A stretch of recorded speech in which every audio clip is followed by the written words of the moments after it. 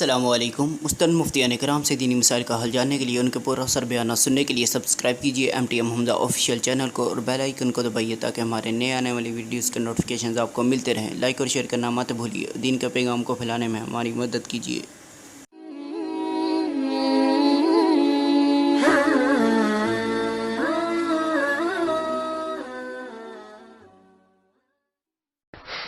الحمد لله نحمده ونستعينه ونستغفره ونؤمن به ونتوكل عليه ونعوذ بالله من شرور أنفسنا ومن سيئات أعمالنا من يهده الله فلا مضل له ومن يضلله فلا هادي له ونشهد أن لا إله إلا الله وحده لا شريك له ونشهد أن سيدنا وحبيبنا وشفيعنا وسندنا محمدا عبده ورسوله صلى الله تعالى عليه وعلى آله وأصحابه وبارك وسلم تسليما كثيرا كثيرا أما بعد فأعوذ بالله من الشيطان الرجيم بسم الله الرحمن الرحيم والذين جاهدوا فينا لنهدينهم سبلنا وإن الله لمع المحسنين وقال النبي صلى الله عليه وسلم حفت الجنة بالمكاره وحفت النار بالشهوات وقال النبي صلى الله عليه وسلم الكيس من دان نفسه وعمل لما بعد الموت قرآن مجید کی آیت کا ایک حصہ اور رسول اللہ صلی اللہ علیہ وسلم کی 2 حدیثیں پڑھی ہیں۔ دعا ہے اللہ تعالیٰ صحیح طرح سے بات کہنے کی، سننے کی، سمجھنے کی اور عمل کی توفیق عطا فرمائے۔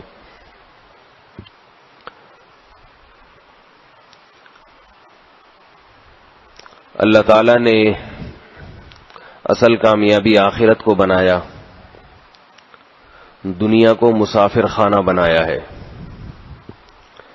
دنیا میں سب سے بڑا بیوقوف، احمق، پاگل اور دیوانہ وہ ہے جو اس دنیا کو اصل زندگی سمجھنا شروع کر دے، اس کی کامیابی کو کامیابی سمجھے اور اس کی ناکامی کو ناکامی سمجھے۔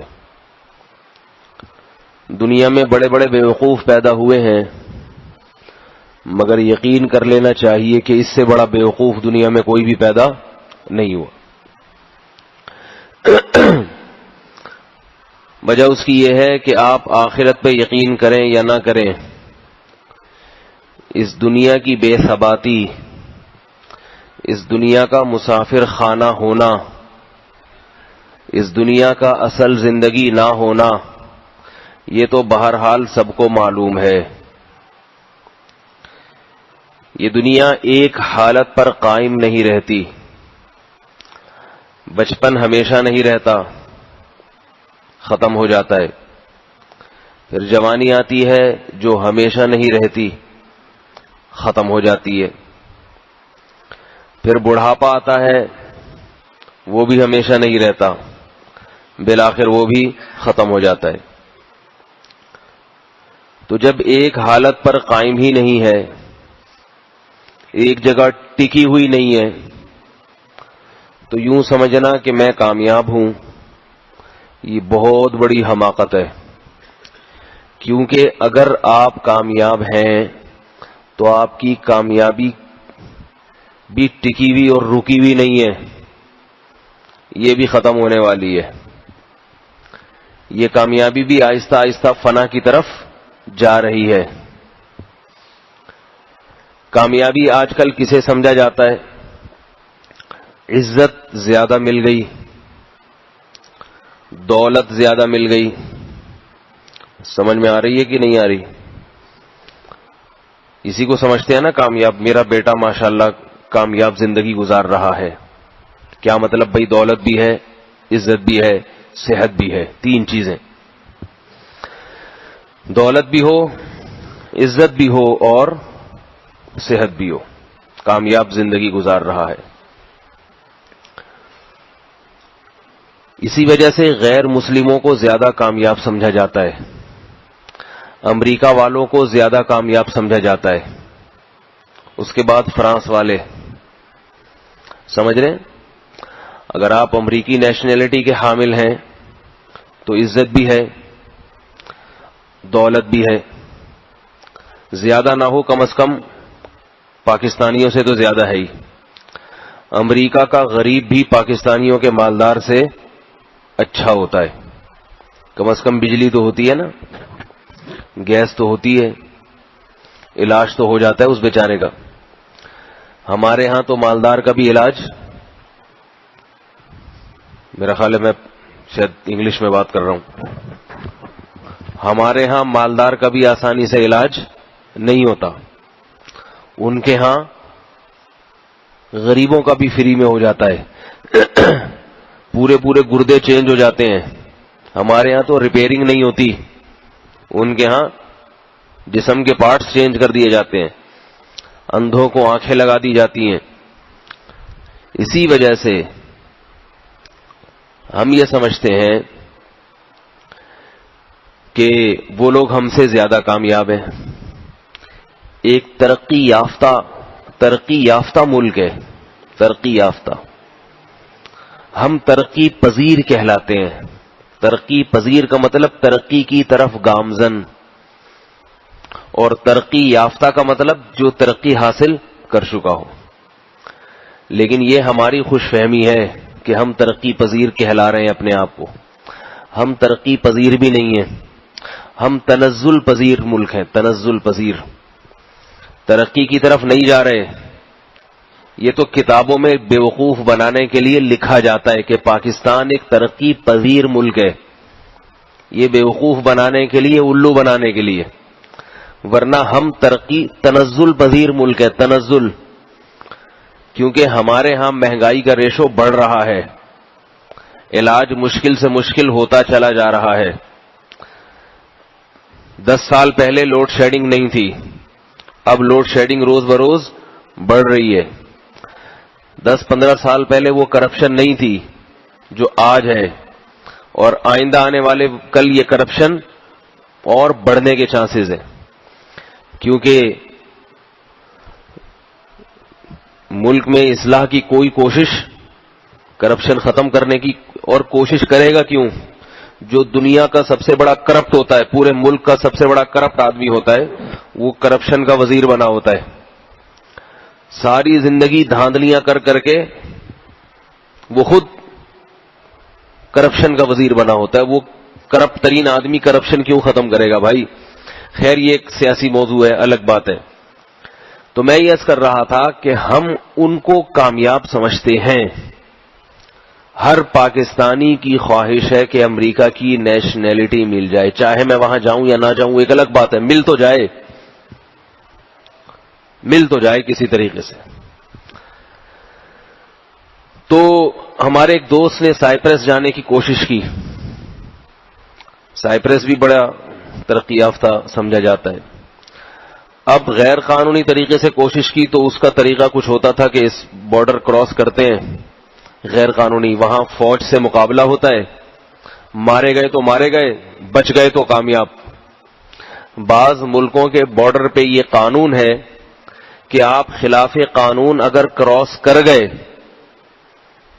فوج آپ کو روکے گی، فائٹ ہوگی، مر گئے تو مر گئے، بچ گئے، ملک کے اندر چلے گئے تو پھر آپ جنت میں داخل ہو گئے، ہمیشہ کی جنت میں۔ اب آپ کو ملک کا قانون ملک سے باہر نہیں نکال سکتا۔ تو ایسے ملکوں میں پاکستانی انڈین کی کوشش ہوتی ہے کہ اپنی زندگی کو داؤ پہ لگا دیں، سمجھ رہے؟ جہاز کے کسی کیبن میں بیٹھ کے چلے جائیں گے یا بارڈر کراس کریں گے، لڑکے فائٹ کر کے نکل گئے تو نکل گئے۔ کامیابی کے حصول کے لیے زندگی کو داؤ پہ لگایا جا رہا ہے۔ میں یہ وہ بات کر رہا ہوں جو آج نوجوان کی سوچ ہے، اور نوجوان کی کیا، بوڑھوں کی بھی یہی سوچ ہے، لیکن بوڑھے ابھی اپنے بارے میں نہیں سوچتے، اپنی اولاد کے بارے میں سوچتے ہیں۔ وہ کہتے ہیں ہم نے تو اب زندگی گزار لی، ہم کیا کریں گے امریکہ جا کے، فرانس جا کے۔ اپنے بچوں کو بھیجو، مدرسے میں بھیج دیا، دنیا کا ناکام ترین۔ دیکھو یہ سوچ جو ہے نا نوجوان کی اور بوڑھوں کی، بالکل یہی سوچ ہے۔ یقین نہ آئے تو ایک باپ ہے جس کے 2 بیٹے، ایک کہ ابا میں مدرسے میں پڑھنے جا رہا ہوں، دوسرا کہے میں امریکہ جا رہا ہوں، تو باپ خوشی سے مر جائے گا کس کی بات سن کے؟ جو مدرسے کا کہہ رہا ہے بھائی، ابا میں مولوی بن رہا ہوں، میرا ارادہ کیا ہے؟ مولوی بن جاؤں، حافظ بن جاؤں، قاری بن جاؤں، نمازی بن جاؤں، تبلیغ میں سیر روزے کے لیے جا رہا ہوں تاکہ نیک بن جاؤں، 4 مہینے لگا رہا ہوں تاکہ بہت زیادہ نیک بن جاؤں، سال کے لیے جا رہا ہوں تاکہ بہت ہی زیادہ نیک بن جاؤں. ابا کو خوشی نہیں ہوگی، پیشانی پہ بل آتے چلے جائیں گے. شب جمعہ کا کہا، تھوڑی سی ٹینشن، ایک رات گھر سے غائب کیوں ہے؟ اور اگر یہ کہہ دیا سیروزے کی جماعت میں جا رہا ہوں تاکہ تھوڑا سا نیک بن جاؤں، تو پیشانی پہ سلوٹیں آ جائیں گی. اور اگر یہ کہہ دیا کہ 4 مہینے کے لیے تاکہ اور اچھا بن جاؤں، نیک مسلمان بن کے آ جاؤں، میرے ساری برائیاں مجھ سے چھوٹ جائیں، بد نظری کی عادت ہے، لڑکیوں کو دیکھنے کی عادت ہے، گندی آنکھیں ہو گئی ہیں میری، اللہ کی راہ میں جا رہا ہوں تاکہ ان آنکھوں میں کچھ نور پیدا ہو جائے، 4 مہینے مسجد کے ماحول میں رہوں گا، اللہ اور اس کے رسول کی باتوں کے سوا کچھ نہیں کہوں گا، نہ سنوں گا نہ کہوں گا. زبان بولے گی بھی تو اللہ اس کے رسول کی باتیں. ساری زندگی گٹکے میں، پان میں اور چکر بازیوں میں لگا دی، لڑکیوں کے پیچھے اور ان کے نمبروں کے حصول اور ان سے گپ شپ اور SMS بازیوں میں لگا دی، جوانی برباد کر رہا ہوں. یہ چیزیں تو مستقبل میں ویسے ہی چھوٹ جائیں گی. ابا کو سمجھا رہا ہے بیٹا، ابا کو کون سمجھا رہا ہے؟ بیٹا. ابا یہ چیزیں تو بڑھاپے میں جیسے آپ سے چھوٹ گئی مجھ سے بھی چھوٹ جائیں گی، میں چاہ رہا ہوں کہ جوانی میں چھوڑ کے ثواب حاصل کر لوں. جب اللہ چھڑوا دیتا ہے پھر ثواب نہیں ملتا. دیکھو ایک لڈو مٹھائی کا وہ ہے، آپ کو پتا ہے کہ جو لڈو کھلانے والا ہے بینک کے پیسوں سے کھلا رہا ہے، بینک میں جاب کرتا ہے، سودی بینک میں، اس نے آپ کے سامنے مٹھائی لا کے رکھ دی. اب علماء کہتے ہیں کہ آپ کے لیے یہ مٹھائی کھانا جائز نہیں ہے، آپ بچنا چاہتے ہیں لیکن دوستی خراب ہونے کا ڈر ہے. دوست کیا کہے گا؟ اللہ کے نبی کی حدیث ہے، لا طاعت لمخلوق فی معصیت الخالق، خدا کو ناراض کرنے میں مخلوق کو راضی کرنا جائز نہیں ہے. اللہ پہلے ہے، دوستی بعد میں، رشتہ داری بعد میں. کر دو ناراض، نہیں کھاؤ. اب اگر آپ بچتے ہیں، اللہ کو دوستی پہ ترجیح دیتے ہیں، بہت ثواب ملے گا. انما اتخذتم من دون اللہ اوثانا مودۃ بینکم فی الحیات الدنیا. حضرت ابراہیم علیہ السلام نے اپنی قوم سے کہا تھا کہ تم جو اللہ کی نافرمانی کر رہے ہو، بت پرستی کر رہے ہو، آپس کی رشتہ داریوں کی وجہ سے کر رہے ہو. کلچر ایسا ہے، تمہیں پتا ہے یہ بت غلط ہے، کچھ نہیں کر سکتے، مگر چونکہ کلچر ہے، رشتہ داری ہے، وہ کیا کہتے ہیں ہندی میں، پرمپرا ہے، پرمپرا یہی چلی آ رہی ہے. تو اگر ہم نے یہ بت پرستی میں قوم کا ساتھ نہ دیا تو رشتہ داروں سے کٹ جائیں گے. تو ابراہیم علیہ السلام نے کہا کہ جس رشتہ داری کی وجہ سے آج تم خدا کو ناراض کر رہے ہو، کل قیامت کے دن اسی رشتہ داری سے براءت کا اعلان کرو گے.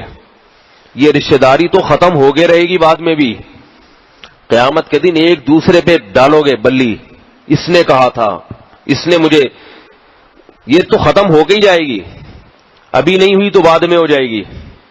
ابھی کر دو اللہ خوش ہو جائے گا، ورنہ بعد میں تو جیسے آج کل سیاسی قیدی جب جیل میں ہوتے ہیں نا، تو وہ جیل گئے کیوں؟ اپنے سیاسی رہنماؤں کو خوش کرنے کے لیے، قتل و غارت بھی کیا اور بہت کچھ اپنی تنظیم کے چکر میں، اپنی دوستی یاری کے چکر میں. لیکن جب پھانسی سنا دی جاتی ہے تو سیاسی قائدین برات کا اعلان کر دیتے ہیں کہ ہمارا ان سے کوئی تعلق، بولو بھائی، نہیں، کیونکہ مصیبت میں کوئی ساتھ نہیں دیتا سوائے اللہ کے. ہمارا ان سے کوئی تعلق نہیں ہے. اب وہ دل ملا رہے ہیں کہ جن کی خاطر ہزاروں قتل کیے، جان ہتھیلی پر رکھی، آج جب پھانسی کا پندہ سامنے لٹک رہا ہے تو ان کا ہم سے کوئی تعلق ہے ہی نہیں. بہت اچھے, تو عبرت کا مقام ہے. یہ تو دنیا میں اعلان کر دیا, ورنہ آخرت میں تو کرنا ہی تھا. اے اللہ میرا اس سے کوئی تعلق نہیں ہے, خود ہی مارا اس نے بندوں کو. اللہ کہے گا تو نے کہا تھا, وہ کہے گا اللہ میں نے نہیں کہا. تو قرآن میں ہے کہ آخرت میں تو رشتہ داری سے براءت کا اعلان کرنا ہی ہے. الاخلاء یومئذ بعضهم لبعض عدو الا المتقین. فرمایا جگری دوست قیامت کے دن دشمن بن جائیں گے سوائے متقی لوگوں کے. قیامت میں رشتہ داری اور دوستی بھی پرہیزگار لوگوں کی تو قائم رہے گی. دنیا میں نیک لوگوں کی دوستی, نیک لوگوں کی رشتہ داری, یہ قیامت میں بھی قائم رہے گی. دنیا آخرت میں نیک لوگ ایک دوسرے سے براءت کا اعلان نہیں کریں گے, بلکہ کہیں گے اللہ یہ میرا دوست ہے, یہ میرا رشتہ دار ہے. کیونکہ یہ جنت میں جائے گا, کامیاب ہوگا, تو کامیاب آدمی سے تعلقات بڑھانے کا ہر ایک کو شوق ہوتا ہے. کاش سمجھ میں آ رہی ہوتی. یہ میرا تکیہ کلام بن چکا ہے, سمجھ میں نہیں آ رہی. کوشش کر رہا ہوں اس کو چھوڑ دوں, لیکن مجھے ڈر یہ ہوتا ہے کہ جب ایک بات ایک ترتیب سے چلتی ہے نا, تو لوگ پھر بھول جاتے ہیں کہ یہ ہو کیا رہا ہے. تھوڑی دیر میں سونے لگتے ہیں. اس لیے تھوڑا سا جھنجھوڑنے کے لیے کہتا ہوں. تو کامیاب جو ہے نا, کامیاب, اس سے تعلق ہر شخص چاہتا ہے. دیکھو میرا موضوع کہیں چینج نہ ہو جائے, تبدیل نہ ہو جائے, یہ ذرا ذہن میں رکھیں. بات مٹھائی کے لڈو سے چل رہی تھی, وہ جو شوگر کا مریض, وہاں سے پھر آگے چلاؤں گا میں. بات سے بات نکلتی ہے. دیکھو ہمیں یاد ہے بچپن میں ہماری کوشش ہوتی تھی دولہا کے ساتھ بیٹھیں, کسی شادی میں جائیں نا. ویسے یہ دولہا 3-4 دن پہلے جب سول کپڑوں میں گھوم رہا تھا تو کبھی خواہش نہیں ہوتی تھی کہ اس سے ہاتھ بھی ملائیں. ایک عام انسانوں کی طرح کا ایک انسان سمجھا جاتا, ہماری طرح کا انسان ہے, پجامے شلوار میں, قمیض کرتے بنیان میں گھوم رہا ہے. لیکن بچپن میں ہوتا یہ ہے, یہ مشاہدہ ہے اپنا تو ہے, آپ لوگوں نے بھی سوچ لیں کیا ہوگا یہ مشاہدہ, کہ جو دولہا ہے نا, دولہا اس کے پاس بیٹھنے کو زیادہ دل چاہتا ہے, اور لڑکیوں کا دل دلہن کے پاس بیٹھنے کو, اس سے اپنے تعلقات کے اظہار کو.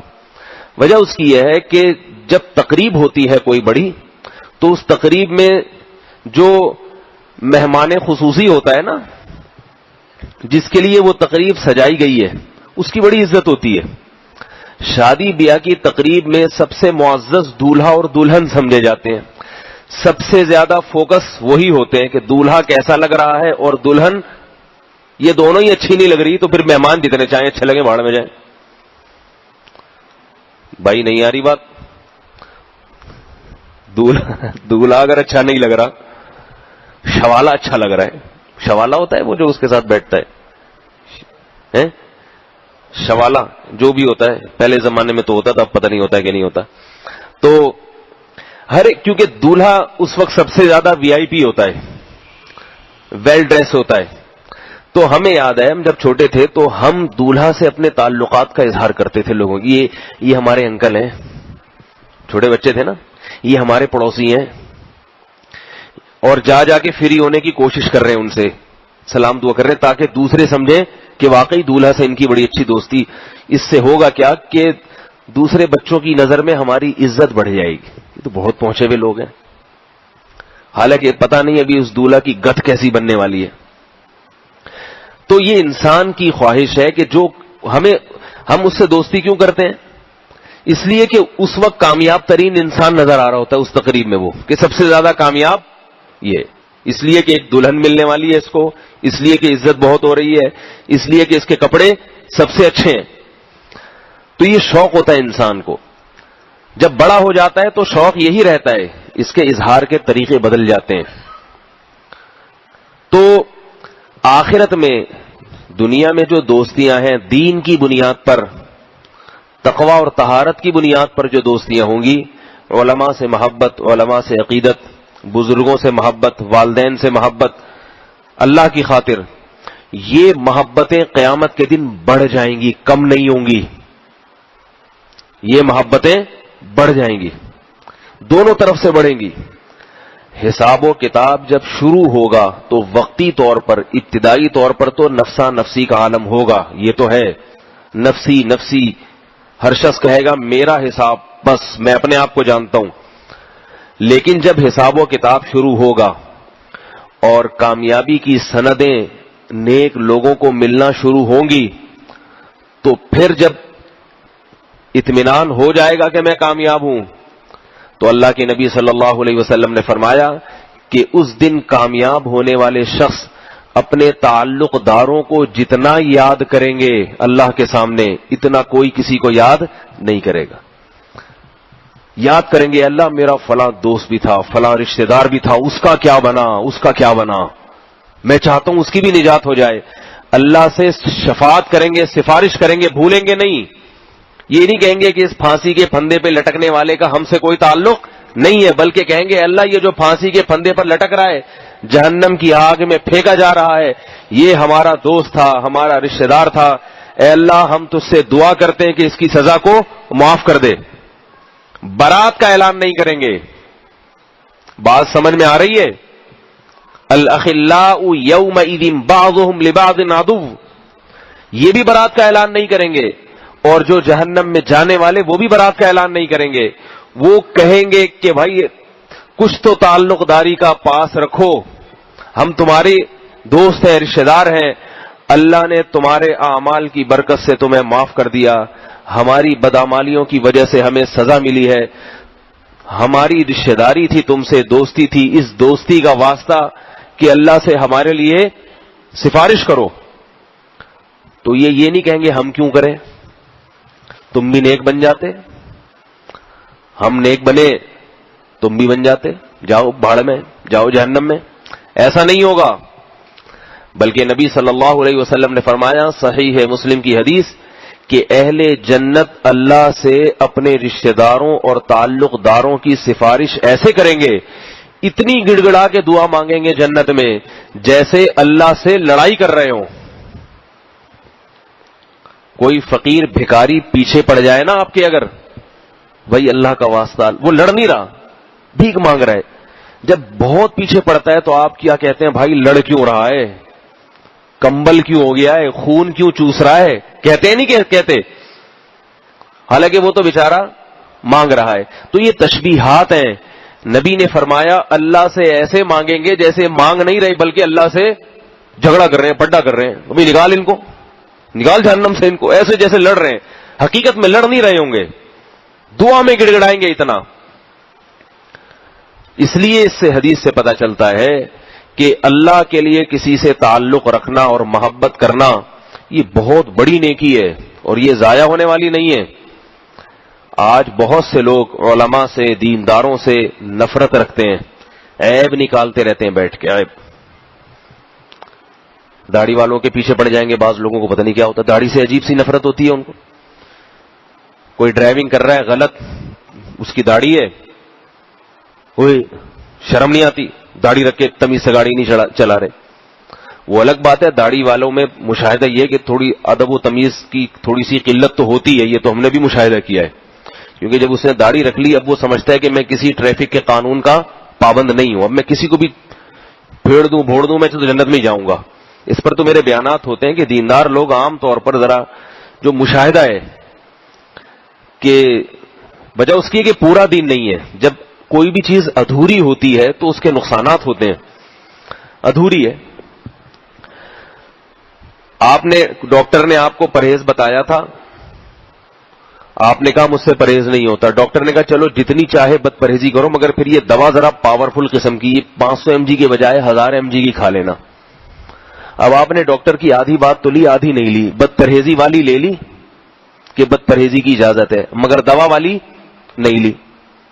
تو آپ کہیں کہ پورے تو آدھے پہ تو عمل کر رہا ہوں نا، تو بعض دفعہ الٹا حساب کتاب ہو جاتا ہے. لیکن بعض لوگوں کو چڑ ہو جاتی ہے، داڑھی سے چڑ ہو جاتی ہے، بات بات پہ داڑھی کے تانے، داڑھی کے تانے، داڑھی والے ایسے ہوتے ہیں، داڑھی والے ویسے ہوتے ہیں، داڑھی والے ایسے ہوتے ہیں، مولوی لوگ ایسے ہوتے ہیں. بعض کو مولویوں سے چڑ ہو جاتی ہے، ابے یہ مولوی شولوی ایسے ہی ہوتے ہیں، ابے یہ مولویوں نے الو بنایا ہوا ہے، ابے سارے ایک ہی جیسے ہوتے ہیں، ابے مفتیوں کا پتہ ہے ہمیں کیسے ہوتے ہیں. جیسے میں روحانی علاج والوں کو کہتا ہوں نا سارے ایک ہی جیسے ہوتے ہیں، وہ تو ہوتے ہیں واقعتاً، اس لیے کہتا ہوں. روحانی علاج والے سارے ٹوپی ڈرامہ ہوتے ہیں، بتا دوں آپ کو، یہ غلط نہیں ہے. اب یہ سارے ایک ہی جیسے ہوتے ہیں. ٹھیک ہے، تو مجھے کہنے کا حق ہے یہ، کیونکہ یہ دین کا اس سے کوئی تعلق نہیں ہے جو یہ علاج ولاج کر رہے ہیں. میں دینداروں کی بات کر رہا ہوں. کل ایک صاحب آئے کہ مجھ پہ پتہ نہیں فلاں امام نے بتایا کہ اتنے جن ہیں. میں نے کہا جھوٹ کہا ہے اس نے، آپ پہ کوئی جن نہیں ہے. کہہ رہے وہ تو نماز پڑھتے ہیں. میں نے کہا جھوٹا آدمی نماز نہیں پڑھ سکتا کیا؟ کہہ رہے پڑھتے ہی نہیں، پڑھاتے ہیں. تو میں نے کہا جھوٹا نماز پڑھا بھی سکتا ہے.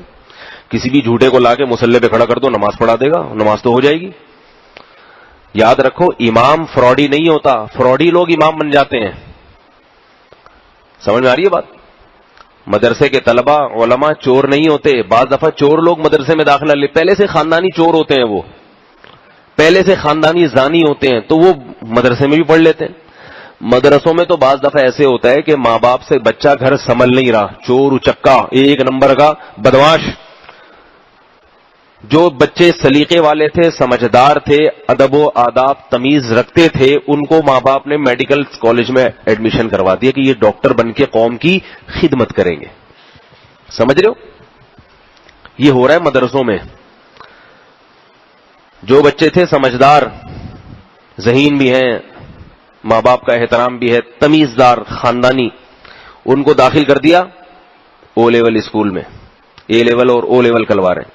جو بچہ قابو میں نہیں آ رہا تھا، پتا تھا کہ چور بننا ہے اس نے اور ہمیں بھی مروائے گا، ایسے بچے کو مدرسے میں لے جا کے داخل کر دیتے ہیں. یہ حقیقت بتا رہا ہوں آپ کو، میں مبالغہ نہیں کر رہا. وہ پہلے سے چور ہوتا ہے، مدرسے میں لے جا کے داخل کر دیا اس کو، وہاں بھی جا کے یہی کام کرتا ہے وہ. اب مدرسے میں پڑھنے کا اثر تو بہرحال ہوتا ہے دینی تعلیم کا. اس سے وہ کیا ہوتا ہے کہ تھوڑا سا شریف تو بن جاتا ہے، مگر خون میں جو اصل جراثیم تھے وہ ختم نہیں ہوتے. اب جب یہ بچہ مدرسے سے فارغ ہو کر نکلتا ہے تو ہوتا پہلے سے چور ہے. یہ مدرسے والوں نے تو اس کو تھوڑا سا نیک بنا دیا ہوتا ہے. اگر یہ بچہ اسکول میں پڑھتا تو پھر تو سابق صدر بن جاتا. یہ سابق صدر مدرسے میں نہیں پڑھے تھے، ہمارے مدرسے میں نہیں پڑھے تھے وہ. اگر وہ مدرسے میں پڑھ لیتے تو اتنے بڑے نہ ہوتے، تھوڑے سے کم ہوتے پھر بھی، کیونکہ مدرسے والے کے کوئی سانچہ تھوڑی ہے کہ فرشتہ بنا کے نکال لیں. لیکن پھر بھی اس حالت سے کچھ حالت بہتر ہوتی. مدرسہ ہمیشہ خیر کا کام کرتا ہے، شر نہیں پھیلاتا، کیونکہ مدرسے میں جو کچھ پڑھایا جاتا ہے وہ ساری اچھی باتیں ہیں. اس میں والدین کا احترام ہے، اس میں بتایا جاتا ہے کہ اسلام میں چور کا ہاتھ کاٹنے کا حکم ہے، زانی کی یہ سزا ہے، نبی کے اخلاق یہ تھے، پڑوسی کے یہ حقوق ہے. تو وہ وہاں ڈاکو تھوڑی بنے گا وہ. لیکن چونکہ پہلے اتنا خراب ہو چکا ہوتا ہے وہ، اس لیے اچھا بنتے بنتے بھی اس میں بہت ساری برائیاں رہ جاتی ہیں. پھر وہی جب مدرسے سے فارغ ہوگا تو بعض لوگ اپنی بیٹی کا رشتہ دے دیتے ہیں اس کو کہ حضرت جی فلاں مدرسے سے فارغ ہوئے. پھر جب دیکھتے ہیں کہ یہ تو کمبخت نماز ہی نہیں پڑھتے حضرت جی. یہ واقعات مشاہدات ہیں جو بتا رہا ہوں آپ کو میں. پھر میرے پاس فون آتا ہے کہ ہم نے تو مفتی سمجھ کے اپنی بیٹی دی تھی، ہم نے تو یہ سمجھا تھا کہ حضرت جی سے بیعت ہیں. بھائی حضرت جی کوئی بھی ہوں، وہ بیعت ہونے سے پہلے یہ تھوڑی دیکھتے ہیں کہ چور ہے، اچکا ہے، زانی ہے، شرابی ہے، کیا ہے. بیعت تو کی ان لوگوں کی جاتی ہے جو بیچارے، ان میں کرپٹ لوگ بھی ہوتے ہیں، ان میں زانی بھی ہوتے ہیں، ان میں شرابی بھی ہوتے ہیں، ان میں نیک بھی ہوتے ہیں. پیر صاحب کا تو مقصد یہ کہ اس کی اصلاح کر دوں میں. اس میں تو ہر طرح کے لوگ آئیں گے، اس میں ان بزرگ کا قصور نہیں ہے. قصور آپ کا ہے کہ صرف کسی بزرگ سے بیعت دے کر آپ نے اپنی بیٹی دے دی کہ فلاں کا مرید ہے. فلاں کا مرید ہونا کافی نہیں ہے، فلاں جیسا بھی ہے یا نہیں ہے. نہیں آ رہی بات؟ او بھائی ایک آدمی کسی ڈاکٹر کا پیشنٹ ہو، اس سے وہ ڈاکٹر تھوڑی بن جائے گا. ڈاکٹر کے جو پیشنٹ ہوتے ہیں ان میں کینسر کے مریض بھی ہوتے ہیں، گردوں کے مریض بھی ہوتے ہیں، بلکہ ڈاکٹروں کے پیشنٹ میں زیادہ تر تو بیماری ہوتے ہیں. اب آپ نے کہا اتنے بڑے اسپیشلسٹ کا پیشنٹ تھا، میں نے یہ سوچ کے اپنی بیٹی دے دی کہ صحت مند تو ہوگا نا. یہ تو پتا چلا دونوں گردے ہی فیل ہیں اس کے، حالانکہ گردوں کے اسپیشلسٹ کا پیشنٹ ہے یہ. تو بھائی یہ پیشنٹ اسی وجہ سے تو ہے کہ اس کے دونوں گردے کام نہیں کرتے تھے. کاش سمجھ میں آ جائیں یہ باتیں، وہ ٹرننگ پوائنٹ ذہن میں رکھیں. بات وہاں سے جی نقطے سے نقطے نکلتے چلے جا رہے ہیں، لیکن یہ بھی مفید ہیں صحت کے لیے. تو اب لوگ کیا کرتے ہیں کہ حضرت جی فلاں اتنے بڑے ادارے دارالعلوم کورنگی سے فارغ ہیں، وہ تو حضرت مفتی تقی عثمانی صاحب کی زیر نگرانی چل رہا ہے. ہم نے یہ سوچ کے اپنی بیٹی دی کہ یہ اتنے بڑے، یہ میرے پاس فون آتا ہے نا، میں یہ بتا رہا ہوں، لوگ مجھے سمجھتے ہیں کہ پتہ نہیں یہ کوئی اصلاح معاشرہ کے لیے کوئی ان کی ایسوسی ایشن ہے کہ جس کی بھی ناکام شادی ہو یہ کچھ کریں گے، یہ کامیاب بنا دیں گے، اور پھر کوئی ایسا نسخہ ہے ان کے پاس. بیچارے پریشان ہوتے ہیں، ظاہر ہے علماء سے رجوع کرتے ہیں کہ شاید یہ کچھ صحیح بات بتا دیں. تو وہ اب مجھے یوں بتاتے ہیں اتنے بڑے مدرسے سے فارغ تھے، اتنے بڑے مفتی تھے، اور اتنے بڑے بزرگ کے ہاتھ پر بیعت تھے. ایک پٹھان تھے میرے پاس آئے کہ مجھے اپنی بیٹی کے لیے کوئی مناسب سا رشتہ چاہیے، رشتہ ہو فرشتہ ہو. اپنے آپ کو تو ہر آدمی فرشتہ سمجھتا ہے. میرا دل چاہ رہا تھا میں کہہ دوں بہت مناسب رہے گا، وہ میرے سے بہت عقیدت بھی تھی، لیکن مجھے لگ رہا تھا کہ پٹھان دماغ ہے کہیں ایسا نہ ہو کوئی الٹا ہی نہ ہو جائے. دل بہت چاہ رہا تھا کیونکہ اس وقت میں تلاش میں تھا. تو بار بار کہہ رہے تھے کوئی دیندار ہو. بھائی ہم تو دیندار ہیں نہیں ہیں یہ تو اللہ ہی بہتر جانتا ہے، لیکن جب آدمی کہیں رشتے کی بات کرتا ہے تو اپنی اچھی اچھی خصوصیات ہی بتاتا ہے نا. برائیاں تھوڑی بتائے گا کہ میں گٹکا بھی کھاتا ہوں، میں سگریٹ بھی پیتا ہوں، میں پان بھی پیتا ہوں. میں کھاتا نہیں ہے ساری چیزیں، یہ بتا دوں آپ کو، لیکن ایک بات کر رہا ہوں کہ اچھی اچھی باتیں بتاتا ہے. تو کہنے لگے کہ ایسا ہے کوئی. میں نے دل چاہ رہا تھا لیکن میں نے کہا یار یہ خود ہی کہیں تو پھر بات ہے نا، یہ طرح عزت کے خلاف بات ہو جاتی ہے. تو اس لیے میں چپ ہی رہا. میں نے کہا کوئی ہوگا تو بتائیں گے. اللہ کی قدرت، مجھے پتہ ہی نہیں چلا ان کی بچی کی شادی ہو گئی. شادی ہو گئی، سال گزر گیا، 1.5 سال ہوئے. میرے بیانات میں آتے تھے، میں یہ بات بھول بھی گیا. میرے ذہن میں تھا کہ پھر ایک رشتہ آیا، کسی صاحب نے کہا کوئی لڑکی ہو بتا دیں. تو مجھے یاد آیا وہ پٹھان بھائی تھے.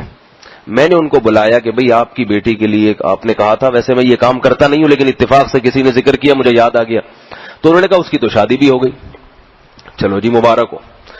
کہاں شادی ہوئی؟ انہوں نے کہا آپ ہی کے شاگرد سے. کس کے شاگرد سے؟ میرے شاگرد سے. جامعۃ الرشید میں پڑھتا ہے آپ کا خاص شاگرد. میں نے کہا کون ہے میرا خاص شاگرد؟ انہوں نے بتایا کہ ایک. اچھا پھر کہنے لگے لیکن میں جس عذاب سے گزر رہا ہوں وہ میں ہی جانتا ہوں. آپ کا شاگرد تو ہے مگر میری زندگی عذاب بن گئی ہے.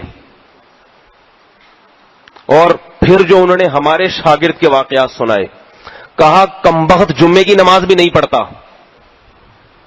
گھر داماد بنا ہوا ہے. یہ میری عزت کر رہے ہیں یا پتہ نہیں ذلت کر رہے ہیں. گھر داماد بنا ہوا ہے، نماز نہیں پڑھتا، اور بھی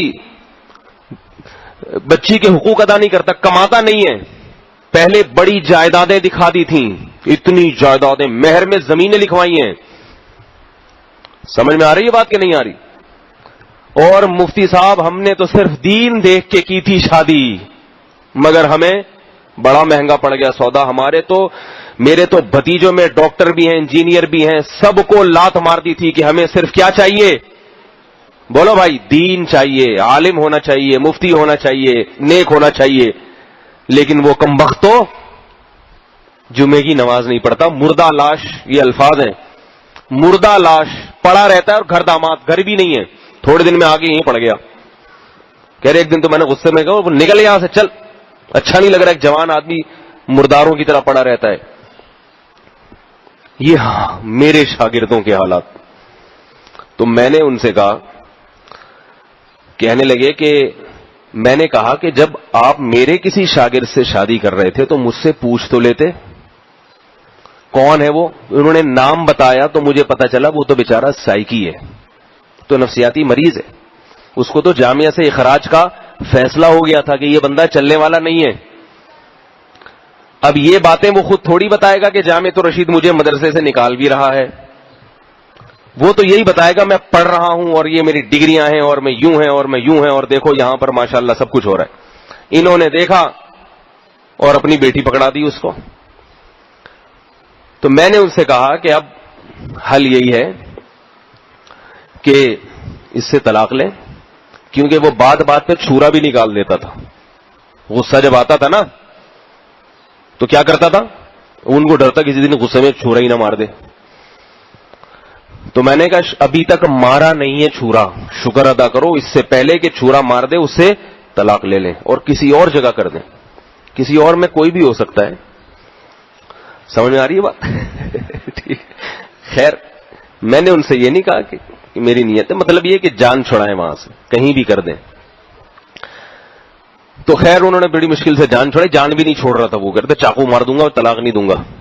یاد رکھو جب کسی سے اس قسم کی چیز سے جان چھڑانی ہو تو عدالت کے بجائے بہتر یہ ہے کہ دروازہ بند کر کے کنڈی لگاؤ اور مار مار کے طلاق نکلوا لو اس کی زبان سے. عدالت کا جو مسئلہ ہے اس میں کبھی شریعت کے لحاظ سے طلاق ہوتی ہے, کبھی نہیں ہوتی, اس میں بڑے مسائل کھڑے ہو جاتے ہیں. آسان طریقہ یہ ہے کسی بہانے سے چائے پہ بلاؤ, کنڈی لگاؤ اور کٹ لگا کے طلاق لے لو اس سے.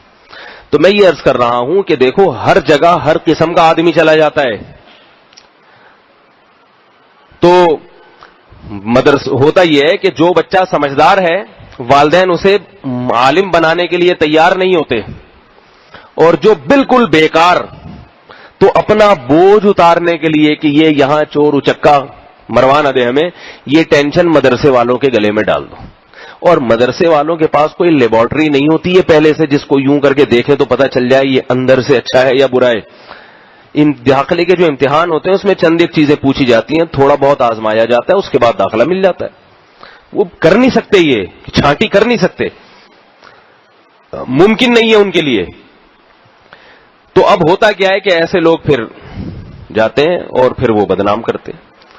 میں جو مدرسے میں آیا تو حقیقت یہ ہے بلا مبالغہ میں بھی اپنے آپ کو مدرسے کے قابل نہیں سمجھتا. یہ تو ہم جیسے نالائق لوگوں پر ایک علم کی ایک چھاپ لگ گئی ہے, تو ہم آج وہ بات ہے نا اندھوں میں کانا راجا, بلکہ یہ بھی غلط ہے. یہاں پہ ہم تو اپنے آپ کو یہ سمجھتے ہیں کہ حدیث میں آتا ہے نا کہ قرب قیامت میں کوئی مقتدر رہبر ملے گا ہی نہیں, تو جو ملے گا اسی کو. تو ہم بھی اس قابل نہیں ہے کہ اس ممبر پہ بیٹھیں, بس یہ کہ کوئی ہے نہیں تو چلو ہمیں بٹھا دیا. ورنہ علم دین تو بہت بہت محتاط, پیغمبروں جیسی صفات ہونی چاہیے پھر انسان عالم بنے. پیغمبروں والے اخلاق ہونے چاہیے, پیغمبروں جیسی صفات ہونی چاہیے, پیغمبروں جیسی عبادت کا جذبہ ہونا چاہیے, صحابہ جیسے اخلاق اور قربانی کا جذبہ. ایسے شخص کو علم دین کے لیے داخل کرو, پھر دیکھو کیا کام ہوگا. لیکن ہم یہ کرتے ہیں سب سے بیکار ترین کو مدرسے میں. البتہ اب دینی مدارس میں ذرا خاندانی لوگوں کا کچھ رجحان ہوا ہے, مگر اتنا نہیں جتنا ہونا چاہیے. کچھ خاندانی اور پڑھے لکھے اور سمجھدار لوگ بھی مدرسوں کی طرف آ رہے ہیں. آتے ہیں ٹکتے نہیں ہیں. یہ جو سلیقے اور خاندانی لوگ ہیں یہ مدرسوں میں آتے ہیں تو ٹکتے نہیں ہیں. یہ وجہ اس کی ہے کہ ان میں پھر مجاہدہ کرنے کی وہ صلاحیت نہیں ہوتی. تو اب جب مدرسے میں آتے ہیں ایسے طلبہ, میں ان کو طلبہ کو تو دیکھنے سے دو چار باتوں سے اندازہ ہو جاتا ہے کہ کون کیسا ہے. تو اب ہوتا یہ ہے کہ وہ بھاگ جاتے ہیں. پھر وہ دیکھتے ہیں کہ فلاں طالب علم نے چوری کر لی, فلاں تو میں تو آیا تھا کہ یہ سارے حسن بصری جیسے نیک ہوں گے. اب جب وہ دیکھتے ہیں کہ وہ معیار نہیں مل رہا تو وہ بعض بدگمان ہو جاتے ہیں. بعض سے یہ محنت نہیں ہوتی, مدرسوں میں محنت بہت زیادہ ہے. پھر مستقبل بظاہر بڑا تاریک نظر آتا ہے, بظاہر کہ مولوی بن جائیں گے, کھائیں گے کہاں سے. ہم جب مدرسے میں آئے تو یہ سوال سب سے زیادہ ہوتا تھا کھاؤ گے کہاں سے, کیونکہ مدرسے کی ڈگری کی کوئی ویلیو نہیں ہے حکومت کے یہاں. آپ 8 سال لگاؤ عالم بننے کے لیے, 3 سال میں مفتی بنو, کتنے ہو گئے 11 سال. یہ میٹرک کے بعد کی بات کر رہا ہوں.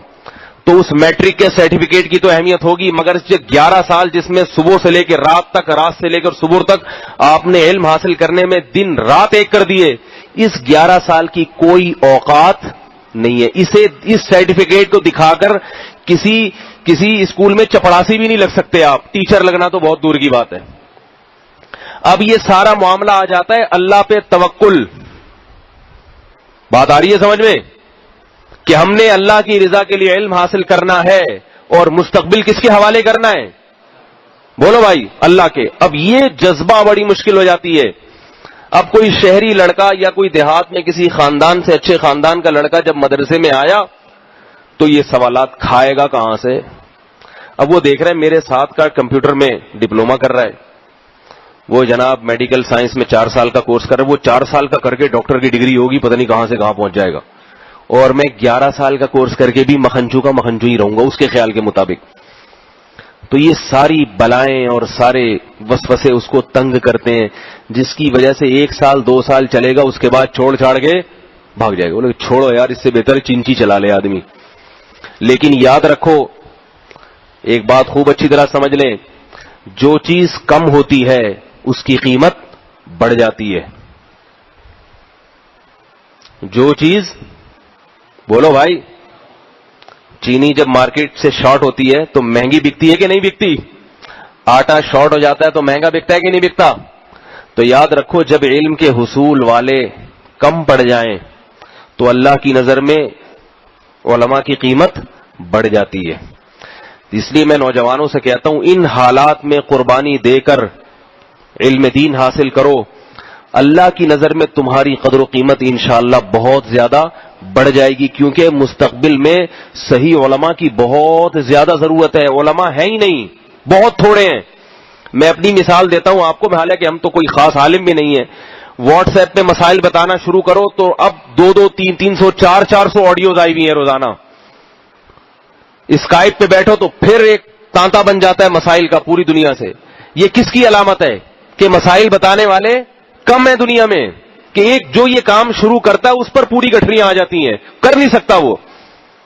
کئی دفعہ خیال آتا ہے واٹس ایپ پہ جو مسائل کا سلسلہ شروع کیا بند کر دوں میں، کیونکہ کیسے سنبھالے ایک آدمی اتنے مسئلے. لیکن بند کریں گے تو یہ جو عوام ہے یہ کہاں جائے گی؟ یہ کس سے پوچھے گی؟ ہر گلی میں ڈاکٹر موجود ہے، ہر گلی میں لوگوں کے جسمانی علاج کے لیے، مگر فقہی مسائل بتانے والے، حلال حرام جائز ناجائز، اہل حق کی بات کر رہا ہوں. ویسے تو پتھر اٹھاؤ گے مفتی نکلے گا. کہیں بھی جائیں نا، کس سے بھی کوئی مسئلہ پوچھ لیں، آتا ہو نہ آتا ہو جواب ضرور دے گا. وہ دوا کا پوچھے نہیں بتائے گا، کہے گا ڈاکٹر کے پاس جاؤ. آپ کسی سے پوچھیں گردے میں پتھری ہے اور یہ پتے میں بھی ہے یہ بھی ہے، تو اگر نسخہ بتا بھی دے گا تو بولے کہ بہتر ہے کہ کسی ڈاکٹر سے کو دکھا دیں. لیکن اگر آپ کسی سے پوچھ لیں کوئی فقہی مسئلہ، کوئی شرعی مسئلہ، تو 99% آپ کو مفتی ہی ملیں گے، وہ خود سے بتا دیں گے. تو مسائل بتانے والے، حلال و حرام کا علم بتانے والے بہت تھوڑے ہیں. کوئی بھی اس کام میں ہاتھ ڈالتا ہے تو سارا بوجھ اسی کے اوپر آ جاتا ہے، سارا بوجھ اسی کے اوپر آ جاتا ہے. ای میل پہ جواب دینا شروع کیا تو ای میل اتنی آنا شروع ہو گئی کہ وہ سلسلہ بند کرنا پڑا، کیونکہ اور بھی کام ہے. انسان سب سے پہلے اپنی صحت کا خیال کرے، ایسا کام کرے کہ تھوڑے دنوں میں سائیکی ہو جائے. وہ ہر وقت اسٹاک ایکسچینج میں ہمارے بھائی جاب کیا کرتے تھے، اس وقت بہت اسٹاک ایکسچینج کی مارکیٹیں اوپر جا رہی تھی، تو وہاں کچھ لوگوں کو میں نے دیکھا جو ہر وقت کروڑوں کے شیئر خرید رہے ہیں، بیچ رہے ہیں، کروڑوں کے شیئر خریدے بیچے. تو ان کا سارا دن یہ کرتے کرتے پھر وہ سائیکی ہو گئے تھے، بہت سارے بیمار، سوتے سوتے اڑ جاتے، کروڑوں اٹھتے ہوئے آنکھ کھلتی، اتنے کے سوئی گیس کے لے لو بیچ دو. سارا دن جب یہی کام کر رہے ہیں تو مسلط ہو گیا دماغ پہ. تو اب خواب میں بھی چیخیں نکل رہی ہیں، ہائے مارکیٹ گر گئی. دھام سے اٹھے، پتہ چلا بھائی یہ تو بستر میں ہے، کچھ بھی نہیں گرا. ہمیں یہ کیا ہو گیا؟ اب سے چڑھ رہی ہے مارکیٹیں، بستر پہ اچھل رہا ہے. بھائی مارکیٹ چڑھ رہی ہے، تو کہاں چڑھ رہا ہے اوپر؟ یہ پاگل دیکھے ہیں میں نے خود اپنی آنکھوں سے، نیند کی گولیاں کھا رہے ہیں، پاگل ہو جاتے ہیں. جو آدمی زیادہ پڑھتا ہے نا، ڈاکٹر بن رہا ہو، بہت زیادہ پڑھے، پروفیسر، بعض پروفیسر میں نے پاگل دیکھے ہیں. ہم اسکول میں تھے تو ایک لیفٹیننٹ کمانڈر تھے، کتنے بڑے آفیسر مگر پاگل تھے. وہ پڑھ کے پاگل ہو گئے. وہ جب لیکچر لیتے تھے تو ہمیں اندازہ ہوا کہ ان کا دماغی توازن ٹھیک نہیں ہے. پتہ یہ چلا کہ پڑھ کے دماغی توازن خراب. ایک صاحب کو میں نے دیکھا مسجد کے باہر بیٹھے ہوئے ہیں، ایپلیکیشن لکھ رہے ہیں انگلش میں، بڑی خوبصورت رائٹنگ، اور ایپلیکیشن لکھ کے بوری میں ڈال دیں گے. پھر ایپلیکیشن لکھیں گے بوری میں، بوری بھر دی پوری انہوں نے. کسی نے کہا کہ یہ سارا دن یہی کام کرتا رہتا ہے، جاب کے لیے ایپلیکیشن لکھتا ہے، پھر بوری میں ڈال کے پھینک دیتا ہے، پھر لکھتا ہے، یہ کام کرتا رہتا ہے. کیونکہ جاب کی سارا دن جاب تلاش کرتے وہی مسلط ہو گیا. تو کوئی بھی کام انسان اپنے اوپر مسلط کر لے تو تھوڑے دن کے بعد دماغ اس کا ساتھ چھوڑ دیتا ہے. اور پھر وہ خواب میں بھی یہی چیزیں آنے لگتی ہیں. تو اب ہم بھی مسائل بتا بتا کے صبح بھی, شام بھی, دوپہر بھی, رات بھی, موبائل بھی.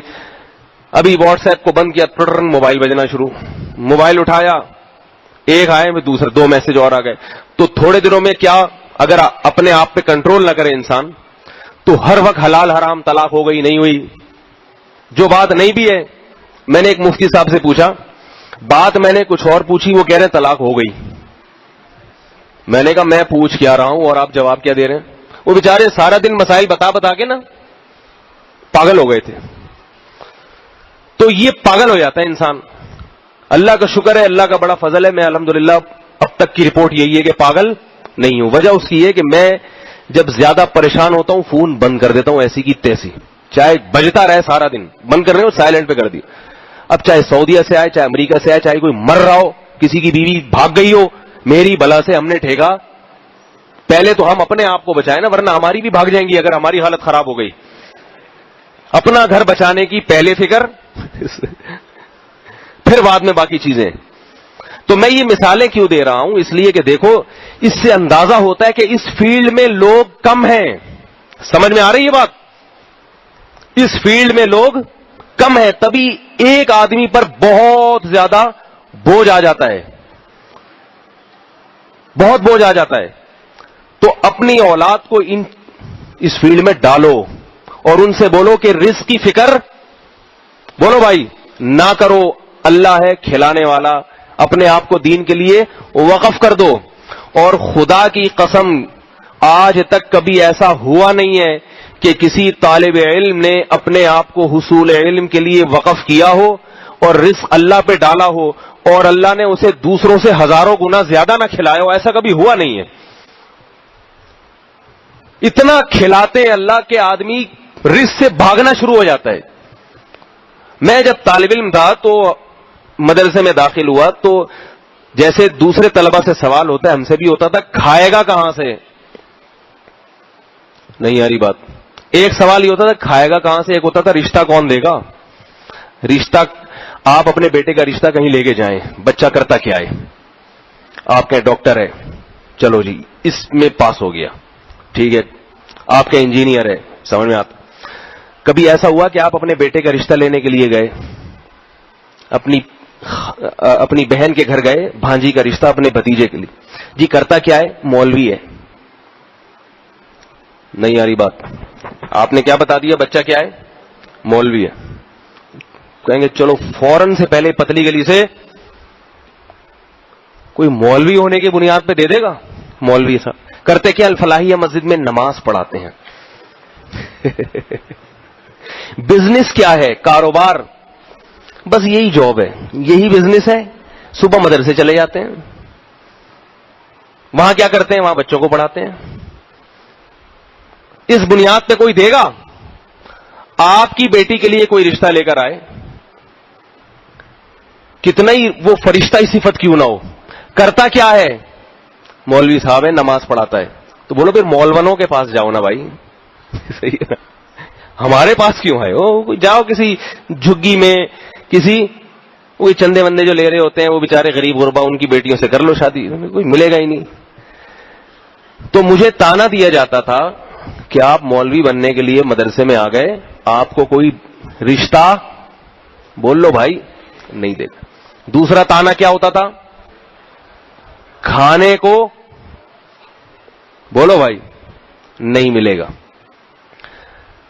ہم یہ نہیں سوچتے تھے کہ نہیں ملے گا, ہم یہ سوچتے تھے کہ جب اپنے آپ کو علم دین کے لیے وقف کر دیا, اب مستقبل کس پہ چھوڑ دو, اللہ پہ. وہ شادی کرا دے ٹھیک ہے, نہیں کرائے تو ایسے ہی چلے جائیں. کھلا دے ٹھیک ہے, نہیں تو چلتے چلو, روٹی تو مل ہی جائے گی کہیں نہ کہیں سے, 2 ٹائم کی روٹی اصل ضرورت. حالانکہ ہم ایک نمبر لوگ نہیں ہیں, توکل نہیں ہے, جس طرح علم حاصل کرنا چاہیے اس طرح محنت نہیں کی. لیکن اس وقت میں نے زبان سے ایک بات ایک شخص کے سامنے کہہ دی تھی. ویسے ہی ہمارے رشتہ داروں میں ایک نے تانا دیا کہ تمہیں کوئی لڑکی نہیں دے گا. میں نے ویسے ہی غریبی میں, میری نیت نہیں تھی, میں نے کہا میں 4 کروں گا انشاءاللہ. وہ جل کے تانا دے رہا تھا نا کہ تمہیں تو کوئی بیٹی نہیں دے گا. میں نے ویسے ہی کہہ دیا تھا میں کتنی کروں گا, حالانکہ اس وقت میرا نظریہ بھی نہیں تھا, ارادہ بھی نہیں تھا. سمجھ میں آ رہی ہے بات؟ اگر میں اس وقت یہ کہہ دیتا نا کہ میں کروڑوں کماؤں گا تو شاید اللہ ٹھیک ہے. اب خیال ہوتا ہے جو کہنا تھا وہ قبولیت کا وقت تھا. بعض اوقات قبولیت کے ہوتے ہیں. کروڑوں کماتا نہیں, لیکن زندگی الحمدللہ کروڑوں کمانے والوں جیسی گزر رہی ہے الحمدللہ. یہ اللہ کا بڑا فضل ہے. اور اللہ نے شادیاں بھی کرا دی. تو میں یہ مثال اس لیے دے رہا ہوں میرے بھائی, ہم جیسے نالائق لوگ ہیں اب صحیح نہیں ہیں. ہم جیسا ہونا چاہیے صرف ایک نسبت علم کی طرف ہو گئی. ٹوٹا پھوٹا توکل, ٹوٹا پھوٹا لنگڑا لولا توکل, لنگڑا لولا توکل.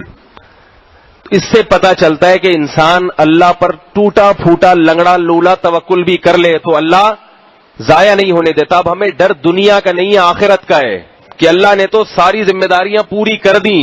ہماری جو ذمہ داری ہے ہم وہ پورے کر رہے کہ نہیں کر رہے؟ اللہ تو کہے گا سب کچھ دے دیا, تو نے کیا کیا؟ اب ڈر اس بات کا ہے. دنیا کا الحمدللہ غم نہیں ہے, بہت دے دی اللہ نے دنیا. آخرت کا غم ہے کہ آخرت کی جو ریکوائرمنٹ ہے وہ پوری نہیں ہو رہی.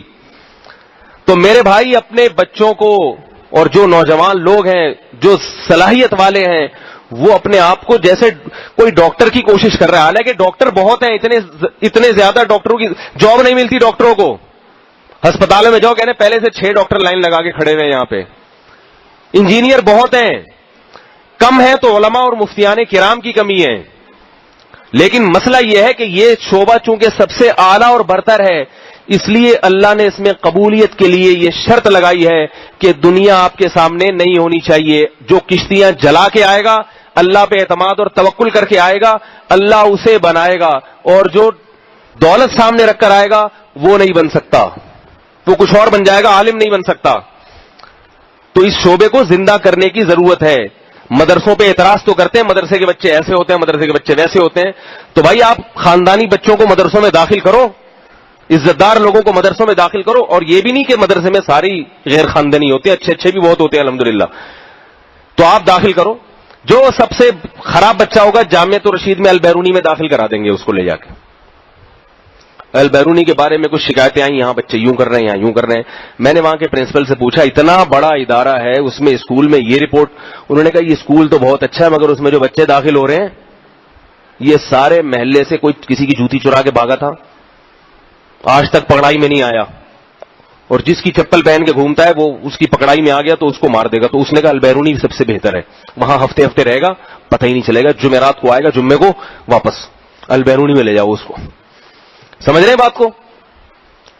الجامعۃ الرشید میں داخل کرا دو اس کو. 2 عجیب سے تو میں نے داخل کرائے ہیں. ایک بچہ گھر سے بھاگا, باپ سے سنبھل نہیں رہا تھا, باپ نے جامعۃ الرشید کے ایک ذیلی ادارہ ہے اس میں داخل کرا دیا. پھر وہ بچہ وہاں سے بھی بھاگ گیا. پھر باپ دوبارہ آیا کہ یہ بچہ بالکل ہاتھوں سے نکل رہا ہے, سارا محلہ پریشان ہے, ڈاکو بن گیا. یہ دباؤ ڈال کے دوبارہ داخل کرا دیا اس کو.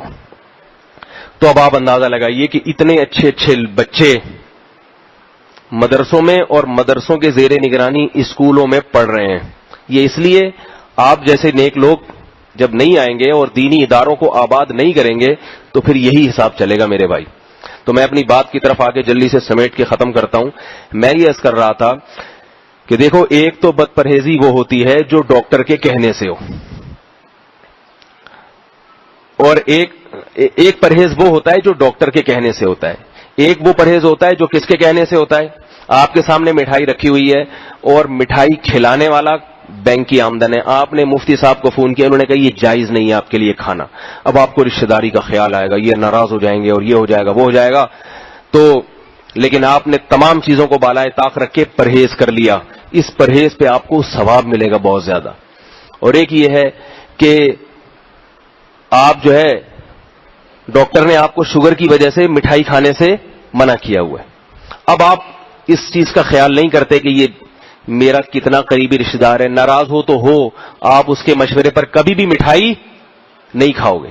آپ کو پتا ہے کہ یہ لڈو میری صحت کے لیے نقصان دہ ہے, میرا شوگر لیول بڑھ جائے گا, لہذا آپ یہ بھی نہیں کرو گے کہ ڈاکٹر کو فون کرو کہ ڈاکٹر صاحب مٹھائی کھلانے والا میرے چچا ہیں اور ان کے مجھ پہ بڑے احسانات ہیں, اگر میں نے نہیں کھائی تو یہ ناراض ہو جائیں گے, بلکہ یہاں پر آپ کہو گے ہوتے ہیں تو ہونے دو, میں اپنے چچا کی خاطر اپنے صحت کو خراب نہیں کر سکتا, دین کو تو داؤ پہ لگا سکتا ہوں میں.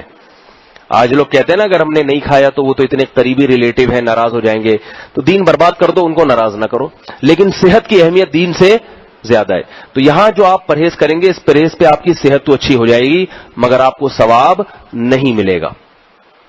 تو پتہ یہ چلا کہ اللہ کی خاطر قربانی دینے سے, اللہ کی خاطر مجاہدہ کرنے پر اللہ تعالیٰ انسان کو نوازتے ہیں. تو میں یہ عرض کر رہا تھا کہ رسول اللہ صلی اللہ علیہ وسلم نے ارشاد فرمایا, دیکھو ہر موقع پر انسان کو نفس کے خلاف مجاہدہ کرنا پڑتا ہے. ہم حقیقی کامیابی کسے سمجھتے ہیں؟ میں وہ مثال دے رہا تھا کہ دو بچے ہیں, ایک امریکہ جانے والا ہے, ایک سیروزے کی جماعت میں جانے والا ہے. جو سیروزے کی جماعت میں جانے والا ہے وہ ابا سے آ کے کہتا ہے ابا میں اس لیے جا رہا ہوں تاکہ مجھ سے بد نظری چھوٹ جائے, مجھے انٹرنیٹ پہ اور ادھر ادھر لڑکیاں دیکھنے کا بہت شوق, اور میں چاہ رہا ہوں کہ 3 دن تک بچت ہو جائے ان چیزوں سے, شاید کوئی تقوی پیدا ہو جائے. تو ابا کی پیشانی پہ کتنی لکیریں آئیں گی؟ 3 دن کی بات ہے تو لکیریں کتنی آئیں گی؟ 3. سلوٹیں کتنی آئیں گی؟ 3. سمجھ رہے ہیں بات کو؟ اگر آپ نے کہہ دیا کہ ابا میں چاہتا ہوں کہ جڑ سے ہی خاتمہ ہو جائے بد نظری کا, لہذا 3 چلے میں تبلیغی جماعت میں لگانا چاہتا ہوں, کیونکہ 4 مہینے جب لگاؤں گا صبح و شام اللہ اس کے رسول کی باتیں سنوں گا, کوئی بےہودہ چیز نہیں, کوئی فلم نہیں, کوئی ڈرامہ نہیں, اللہ اس کے رسول کی باتیں کہوں گا اور سنوں گا, تو 4 مہینے میں امید ہے اتنی دل میں نورانیت پیدا ہو جائے کہ بد نظری کا جڑ سے خاتمہ ہو جائے. تو ہونا تو چاہیے ابا اگر مسلمان ہے خوشی سے بے ہوش ہو جائیں کہ بالکل ہی جڑ سے برائی کا خاتمہ کر رہا ہے میرا بیٹا ماشاءاللہ.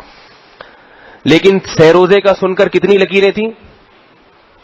4 مہینے کا سن کر جتنی سلوٹیں پورے جسم پہ آ سکتی ہیں, جہاں جہاں بھی سلوٹ کا چانس ہے. سمجھ میں آ رہی ہے بات؟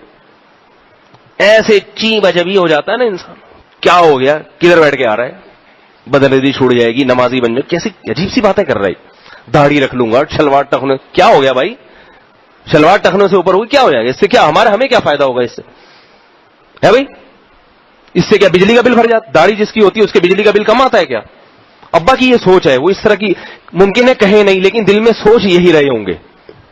وہ تو کہنے سے اس لیے ڈریں گے الفلاحیہ میں اگلے ہفتے اس پہ کہیں بیان نہ ہو جائے, لیکن دل کی سوچ کیا ہوگی کہ بیٹا تو 4 مہینے لگائے گا, اس کا بجلی کے بل سے کیا تعلق ہے, اس کا گیس کا بل تھوڑی کم ہو جائے گا, لوڈ شیڈنگ تھوڑی ختم ہو جائے گی, اس سے ہمارے جو ہے نا وہ کرائے کے گھر سے ہم ذاتی مکان پہ تھوڑی آ جائیں گے. اب آپ کو جوش پیدا ہوا, آپ نے کہا ابا میں سال کی جماعت میں جانا چاہتا ہوں تاکہ برائی کا جڑ سے خاتمہ بھی ہو اور ساتھ ساتھ یہ بھی ہو کہ میرے جسم سے سنتوں کے چشمے پھوٹنا شروع ہو جائیں, پورا نیک ولی اللہ بن جاؤں میں. اب ابا صدمے کی تاب نہیں لا سکتے, بولیں گے یہ بالکل ہی فارغ ہو گیا, کاش میں نے تجھے جنا نہ ہوتا, کاش میری زندگی میں یہ وقت, بولو بھائی, آیا نہ ہوتا. دوسرا بیٹا, ابھی یہ ابا کو اٹیک کا خطرہ ہے, ابھی مرے, اللہ تعالیٰ سب کے والدین کی حفاظت فرمائے, میں ایک مثال دے رہا ہوں بھائی.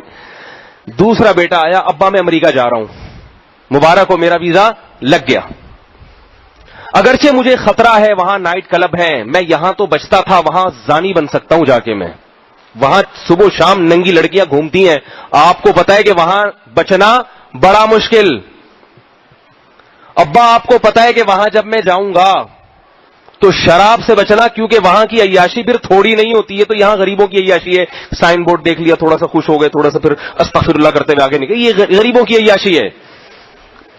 یہاں جو غریب لوگ ہیں نا بیچارے, یہ سائن بورڈ دیکھ کے تھوڑا سا خوش ہو گئے, پھر استغفر اللہ پڑا اور منہ نیچے کرتے ہوئے مولوی صاحب نے منع کیا تھا, غلط بات ہوگی, چلو یہ اس سے زیادہ کیا کر لے گا بیچارہ. وہاں کی جو عیاشی ہے وہ خاندانی عیاشی ہوتی ہے, وہاں یہ سائن بورڈ، یہ چھچھورے لوگوں کی حرکتیں، سائن بورڈ دیکھنا. مجھے وہاں ہمارے ایک شاگرد ہیں امریکن نیشنلٹی کے حامل ہیں، انہوں نے مجھے بتایا کہ ارے انگریز بدنظری کرتے ہی نہیں ہیں. میں نے کہا تو بڑے نیک ہیں. اس نے کہا وہ ضرورت نہیں بدنظری کی ان کو، وہ بدنظری تو یہ ہم جیسے چھچھوروں کا کام ہے، غریبوں کا کام ہے. ان کو کیا ضرورت بدنظری کی بھائی؟ وہ نائٹ کلب میں جائے گا، جو عیاشی کرنی ہوگی کرے گا. یہ تو جس غریب کو کچھ نہ ملے وہ بیچارہ یہ تھوڑی بہت ادھر ادھر دیکھ کے پھر حضرت حکیم اختر صاحب کا آواز پڑتا ہے بدنظری کا علاج، پھر تھوڑا سا روتا ہے تو ہوتا ہے اللہ کے سامنے. تو اب ابا کو بتا رہے ابا میں وہاں جاؤں گا، جاب تو اچھی ہے، نائٹ کلب ہے، وہ کروڑ روپے، اپنا ذاتی گھر بھی ہو جائے گا، گیس بجلی کا تو کوئی مسئلہ ہی نہیں رہے گا، جنریٹر ایک سے ایک، اور کنوپی والے جنریٹر لوں گا، آواز بھی ساؤنڈ پروف وغیرہ وغیرہ، سارے مزے ہی مزے، پیسہ بھیجوں گا. لیکن یہ ہے کہ مسئلے کچھ تھوڑے سے ایسے ہیں کہ خطرہ ہے، نائٹ کلب بھی ہیں، اور میں نے وہاں شادی کی، میرے بچے ہو گئے تو بچے بھی ہاتھ سے نکلنے کا ذرا اندیشہ ہے، کیونکہ بچوں کو یہاں تو گٹکے پہ بھی ٹھکائی لگا سکتے ہیں، وہاں کچھ بھی کر لو نہیں لگا سکتے، بچے ہاتھ سے نکل جائیں گے. بیٹی جب 18 سال کی ہوگی نا، بوائے فرینڈ کے ساتھ میرے ساتھ آ کے بیٹھے گی، میں اسے کچھ نہیں کہہ سکتا، اور چلی جائے گی کسی کے ساتھ. میں کنٹرول، اگر اللہ نے بچا لیا تو بچا لیا، بہت سے الحمدللہ بچنے والے بھی ہیں، سارے خراب نہیں ہیں، بہت سے وہاں رہ کے بھی بچ رہے ہیں، لیکن چانس بہرحال بگڑنے کا 75% ہے. تو ابا کیا کہیں گے؟ جو ابھی آپ کے ذہن میں خیالات آ رہے ہیں اپنے بیٹے کو کہنے کے لیے، وہی کہیں گے.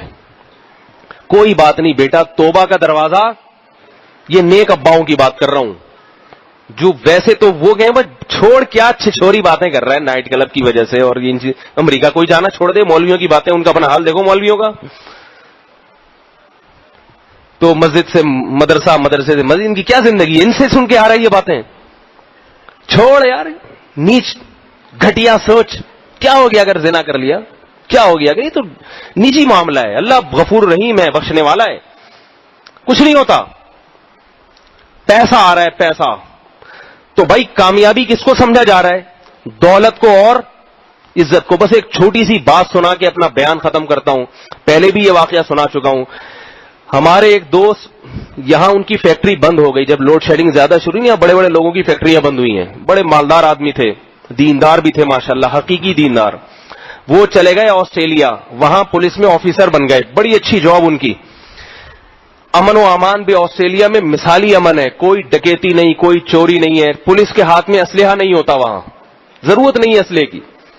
عجیب عجیب باتیں، پولیس کا لوگ احترام کرتے ہیں، حیرت کی بات، اور پولیس عوام کا احترام کرتی ہے. اگر کہیں پولیس کھڑی ہو تو اس کی علامت ہے کہ یہاں ڈاکو نہیں آ سکتے. حیرت کی بات ہے کہ نہیں ہے؟ کہیں اگر آسٹریلیا میں پولیس ہے، اس کا مطلب ہے یہاں امن و امان ہے. تو اتنی اچھی پولیس کو لوگ ہدیتاً چائے پلاتے ہیں خوشی سے. سمجھ میں آ رہی ہے بات؟ اور پولیس کوشش کرتی ہے چائے کے پیسے دے دے. سارے عجیب عجیب باتیں جو میری تو سمجھ میں نہیں آ رہی، میں کون سی جنت میں رہتا. یعنی پولیس والے کو اگر آپ ہوٹل سے چائے پلا دیں گے تو پولیس والا چائے کے پیسے بھی دیتا ہے. اتنا نیک، 4 مہینے کی ضرورت ہی نہیں تبلیغ میں. سمجھ میں آ رہی ہے بات؟ اتنے نیک. پولیس کا ڈریس اتنا اچھا، اور پولیس والے ایسے ہینڈسم، اسمارٹ، خوبصورت کہ انہیں دیکھ کے خود بخود گرفتاری دینے کا دل چاہتا ہے. کیا یہ ہمیں گرفتار کر کے لے جائے؟ اتنا اچھا. سمجھ رہے بھائی؟ اتنا خوبصورت، ایسا ہینڈسم، اور ایسے انگلش میں اخلاق سے بات کرے گا کہ آدمی کا دل چاہتا ہے کہ مجھے گرفتار کر کے اپنے ساتھ، جہاں جا رہا ہے، تھانے میں جا رہا ہے، جیل میں جا رہا ہے، مجھے لے جا اپنے ساتھ. تو اتنی اچھی پولیس، اور وہ اس کے آفیسر، اور ایسا ڈسپلن، ایسا نظم و ضبط. بے روزگاری بالکل بھی نہیں ہے، بے روزگاروں کو الاؤنس دیا جاتا ہے، علاج فری، اور جنت، مزے ہی مزے. بھائی 3 سال وہ آسٹریلیا میں پولیس آفیسر رہے ہیں، اور یہاں سے بھاگے تھے بے روزگار ہو کر. چلتی ہوئی فیکٹری ٹھپ ہو گئی تھی، دیوالیہ ہو گیا تھا اس کا. ایسے آدمی کو ایسی جاب مل جائے تو بتاؤ اس کے تو وارے نیارے ہو گئے نہیں ہو گئے. 3 سال رہے، اس کے بعد چھوڑ چھاڑ کے بھاگ آئے. مجھ سے ملاقات کی، کہنے لگے کہ میں نہیں جا سکتا وہاں. میں نے کہا کیوں؟ کہتے ہیں ایسا ننگا پن اور ایسی بے حیائی ہے کہ میں اپنے آپ کو زنا سے نہیں بچا سکتا. اگر میں مزید رہتا تو میں زنا کر بیٹھتا. یہ خطرہ تھا. اسکولوں میں جو بے حیائی ہے بچوں کے سامنے بہت زیادہ. میں واقعات نہیں سناؤں گا اس لیے کہ بے حیائی کے تذکرے سے بے حیائی پھیلتی ہے. کہہ رہے ہیں جب میں وہاں سے واپس آ رہا تھا تو آسٹریلیا میں مسجد کے امام نے مجھ سے کہا کہ کہاں جا رہے ہو؟ میں نے کہا واپس پاکستان اسی بے روزگاری میں. تو کہتے ہیں میں نے کہا کہ جنت چھوڑ کے جہنم میں جا رہے ہو. جنت چھوڑ کے بولو بھائی جہنم میں جا رہے ہو, نہ بجلی ہے, نہ پانی ہے, نہ کاروبار ہے, کچھ بھی نہیں ہے. تو ان کا جواب سنیے, بس یہ بتا کے بات ختم کرتا ہوں. انہوں نے کہا کہ یہ دنیا کی جنت ہے آسٹریلیا, آخرت کی جہنم ہے, اور ہمارا ملک دنیا کی جہنم ہے مگر آخرت کی جنت ہے. خاندانی نظام ہے ہمارا, چچا ابا پھپھا خالہ ماموں ممانی احترام ہے. بھائی بہن, بھائی بوڑھے ہو جاتے ہیں بہنوں کی شادیوں کے چکر میں کہ پہلے ان کی ہو. سمجھ میں آ رہی ہے بات کہ نہیں آ رہی؟ باپ فالج زدہ ہو جاتا ہے, 10 سال اس کے پہانے اور پیشاب صاف کرتے ہیں بستروں پہ. ایک نسل تو صحیح رہتی ہے ان ممالک میں, دوسری تیسری نسل برباد. تو وہ چھوڑ چھاڑ کر آ گئے کہ میں یہ دنیا کی جنت ہے آخرت کی جہنم. میں اپنے ملک میں جا رہا ہوں جو دنیا کی تو جہنم ہے مگر انشاءاللہ آخرت کی جنت ہے. اور ایک اور واقعہ, انشاءاللہ وقت پورا ہو گیا ہے, دعا کے بعد سناؤں گا انشاءاللہ, اسی سے ملتا جلتا ایک واقعہ. تو وہ آ گئے چھوڑ چھاڑ کے اسی بے روزگاری میں, لیکن اللہ تعالیٰ نے ان کو نوازا, پھر ان کو سعودی عرب میں بہت اچھی جاب مل گئی.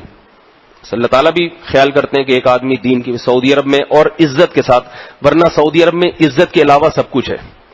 غیر ملکیوں کے ساتھ بہت برا سلوک ہوتا ہے معذرت کے ساتھ سعودی عرب میں, الا یہ کہ کوئی بہت اچھا ہو, کوئی نیک ہو. عرب لوگوں میں عادت ہے داڑھی کا احترام کرتے ہیں, وہ دیندار کا احترام کرتے ہیں. یہ پاکستانیوں کی جو سعودی عرب میں عزت نہیں ہے نا, اس میں ماشاءاللہ ہمارے لوگوں کا بھی بہت بڑا کردار ہے. سارے جتنے کرپٹ کام ہیں یہ ہمارے بنگلہ دیش کے اور پاکستان کے اور انڈیا کے نیک نیک مسلمان سارے اس لیے عربوں کی نظر میں بالکل گرے ہوئے ہیں. تو وہ ان کی عزت بھی وہاں بہت ہے ماشاءاللہ. تو عزت کے ساتھ اللہ نے بہترین حلال پوری فیملی کو بلا لیا انہوں نے وہاں پہ. تو اس لیے میرے بھائی اللہ کے ہاں کامیابی کا معیار کچھ اور ہے.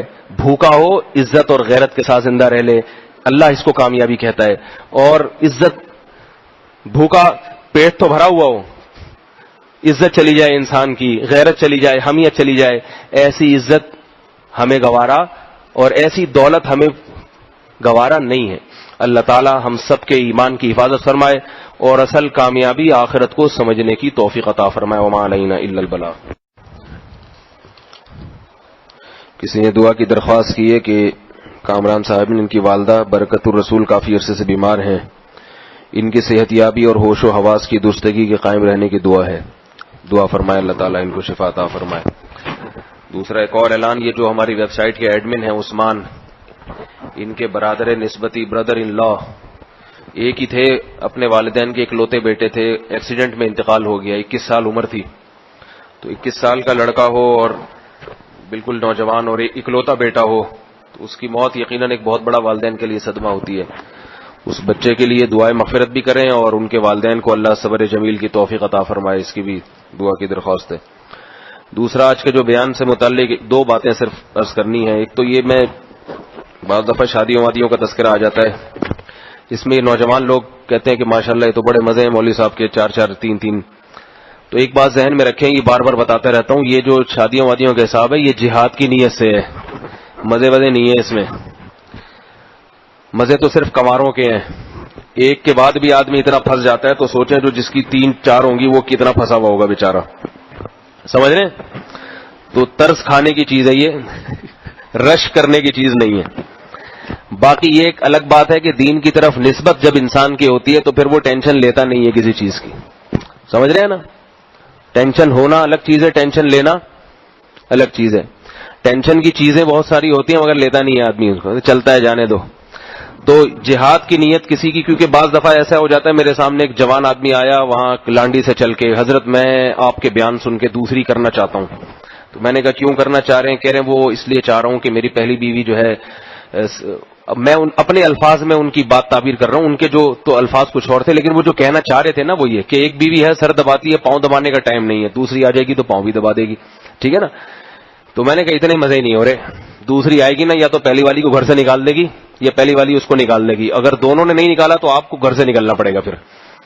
تو اتنے مزے کی حساب کتاب نہیں ہے جیسا آپ سمجھ رہے ہیں. لڑائیاں ہوتی ہیں سوکنوں میں, جھگڑے ہوتے ہیں سسرالوں سے, سسرال اور اسرائیل میں کوئی فرق نہیں ہوتا, سمجھ رہے ہیں نا. تو جس کا ایک اسرائیل ہو اس کی لیے مصیبت ہے, جس کے 4 اسرائیل ہوں, ایک فلسطینی کی 4 اسرائیل سے جنگ ہے تو وہ بیچارہ کیا حالت ہوگی اس کی.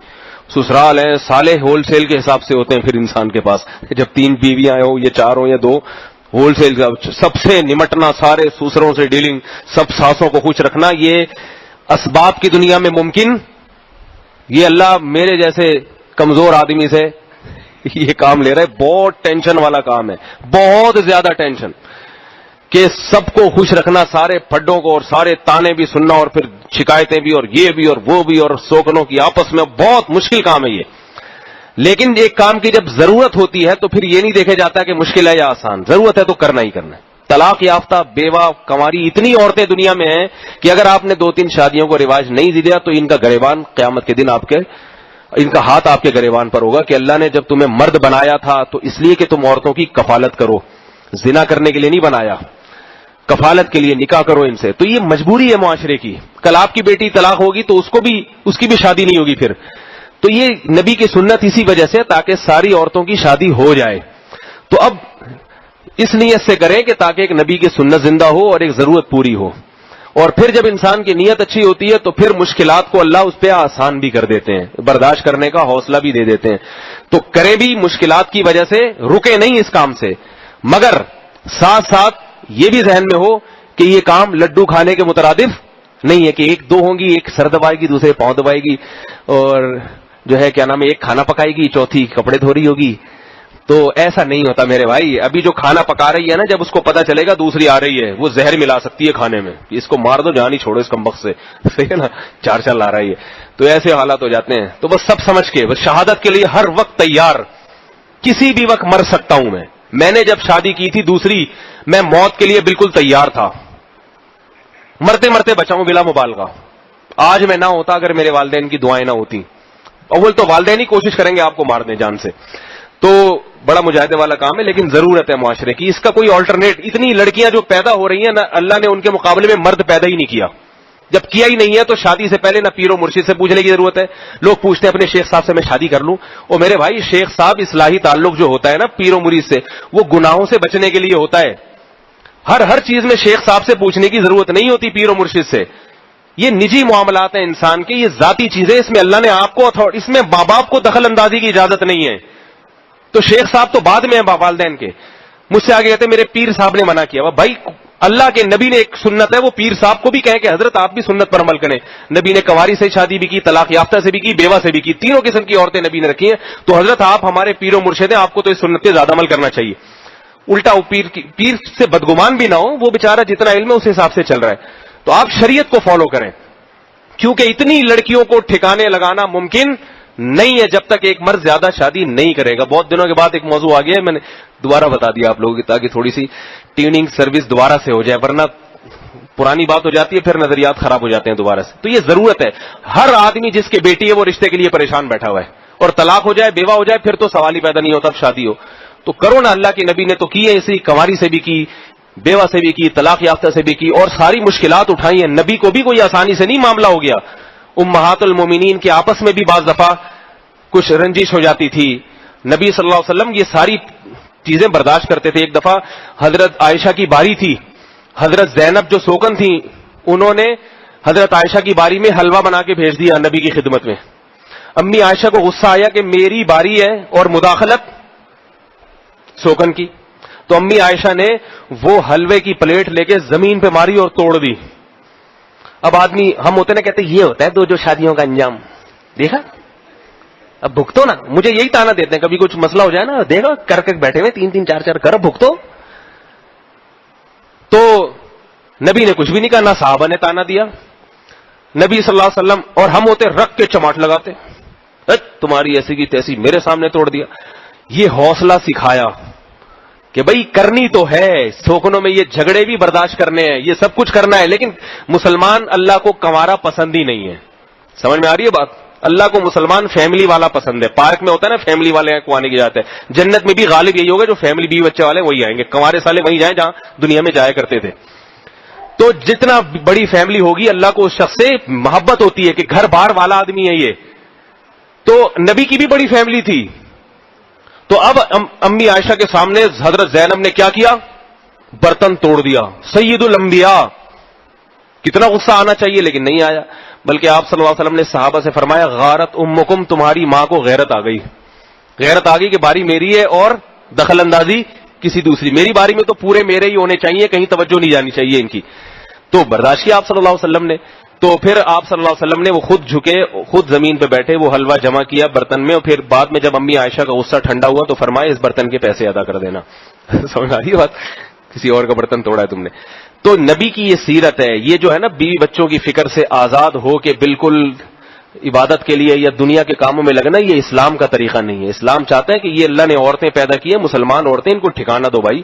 اس کے لیے جو مشکلات آئیں گی، خدا کی قسم 2 شادیاں کوئی کرتا ہے، جتنی مشکلات آئیں گی بے پناہ ثواب ملے گا اس کو، کیونکہ اس نے زنا کو معاشرے سے ختم کرنے کی کوشش کی. اور خدا کی قسم بدنظری کے خلاف صبح و شام بیانات کرو، زنا ختم نہیں ہوگا. سمجھ میں آ رہی ہے بات؟ ہمارے ہاں زیادہ فوکس کیا جاتا ہے بدنظری اور زنا کی باتوں کو. آپ جب نکاح کو زیادہ رواج دیں گے تو زنا خود بخود معاشرے سے کم ہوگا. بدنظری کے خلاف بات بھی ہونی چاہیے، مگر اتنا مؤثر نہیں ہے، کیونکہ جب اتنی جوان لڑکیوں کی شادیاں نہیں ہو رہی ہیں کیا کریں گے؟ پھر دوستیاں ہی تو لگائیں گی، اور کیا کریں گی؟ جب مرد کو خود سے کوئی لڑکی آفر کرے دوستی کی، پھر مرد کے لیے بہت مشکل ہے بچنا. تو اس لیے نکاح کو فروغ دیں، نکاح کو، اس سے زنا معاشرے میں کم ہوگا. اور جو مشکلات آئیں ان کو اللہ کا حکم سمجھ کے برداشت کریں. میرے بیان سن کے بعد لوگ 2 شادی کر کے آتے ہیں پھر سٹپٹاتے ہوئے، یہ بڑے چوڑے میں آ گئے، پھنس گئے.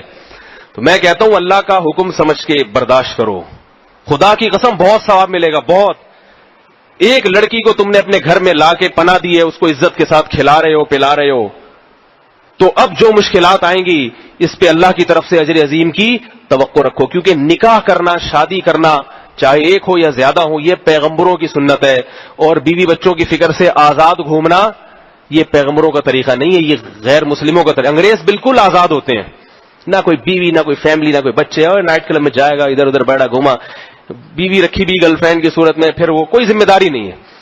اور انبیاء نے، حضرت موسیٰ علیہ السلام نے 4 بیویاں رکھی ہیں، ابراہیم علیہ السلام کی 2 تو تھیں، ان میں بھی جھگڑے بھی ہوتے تھے، اور یعقوب علیہ السلام کی 4 سے زیادہ تھیں. جتنے بھی پیغمبر آپ دیکھیں گے سوائے زکریا علیہ السلام اور حضرت عیسیٰ علیہ السلام، باقی تمام پیغمبر، اور آدم علیہ السلام، باقی تمام پیغمبروں نے یہ ٹینشن اٹھائی ہے. حالانکہ پیغمبروں کی مصروفیتیں ہم سے بہت زیادہ تھیں، پیغمبروں کے کام جو ذمہ داریاں تھیں وہ ہم سے.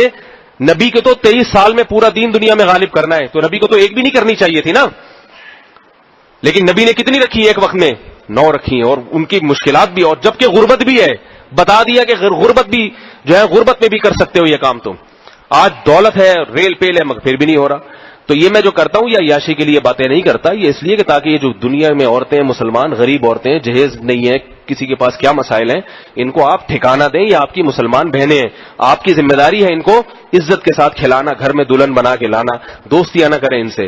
تو یہ اس لیے کہتا ہوں. اور وہ واقعہ جو میں نے چھوڑ دیا تھا وہ ایک اور باہر والا، وہ یہ کہ وہ یورپ میں اور ہمارے ملکوں میں بڑا فرق ہے. ٹھیک ہے وہاں بھی بہت کچھ ہے، لیکن یہاں دینی لحاظ سے اس سے بہت زیادہ ہے. ہمارے ایک استاذ باہر گئے دورے پر انگلینڈ میں، تو وہاں ایک انگریز ان کو، مسلمان ان کو بتا رہے تھے کہ انگلینڈ میں دین ماشاءاللہ بہت ہے. پھر انہوں نے بتایا کہ یہاں فلاں مسجد میں اتنے نمازی ہیں، فلاں مسجد میں اتنے. تو بتانا چاہ رہے تھے کہ اب پاکستان اور انگلینڈ بھی برابر ہو گئے دین کے معاملے میں. تو ہمارے استاذ ان کی سنتے رہے، انہوں نے کہا کہ ہماری صرف شب جمعہ میں مدنی مسجد میں ایک رات میں جتنے نمازی ہوتے ہیں نا، آپ کے پورے انگلینڈ کے پورے سال میں اتنے نمازی نہیں ہوں گے. سمجھ رہے؟ انگلینڈ کے پورے سال کی ہر مسجد کے نمازیوں کو جمع کر لو، اور ہمارا شب جمعہ کا ایک اجتماع، اس میں جتنے سجدے ہو جاتے ہیں نا. تو مطلب یہ کہ کوئی کمپیئر کر ہی نہیں سکتے. دینی کی بہاریں جو یہاں ہیں وہاں سے کمپیئر کر ہی نہیں سکتے. بہت زیادہ اسلامی ملکوں میں دین کی بہاریں، عزت ہے، احترام ہے. باقی کچھ چیزیں ہیں وہ الگ بات ہے، وہاں کرپشن نہیں ہے، یہاں کرپشن بہت ہے، وہ ٹھیک ہے. لیکن من حیث المجموعہ اگر دیکھا جائے تو میرے بھائی بہت زیادہ فرق ہے. یہاں ایمان بچنے کے امکانات زیادہ ہیں، وہاں ایمان بچنے کے امکانات بہت کم ہے. وہاں جن لوگوں نے اپنے ایمان کو بچایا ہے وہ بڑی جان جگہوں پہ رہ کر اور بہت مجاہدے کر کے بچایا ہے. تو اس لیے اولین کوشش یہی کیا کریں کہ اگر یہاں آپ کو حلال رزق کا ذریعہ مل رہا ہے تو یہیں کو ترجیح دیا کریں. اللہ تعالیٰ سمجھنے کی، عمل کی توفیق عطا فرمائے.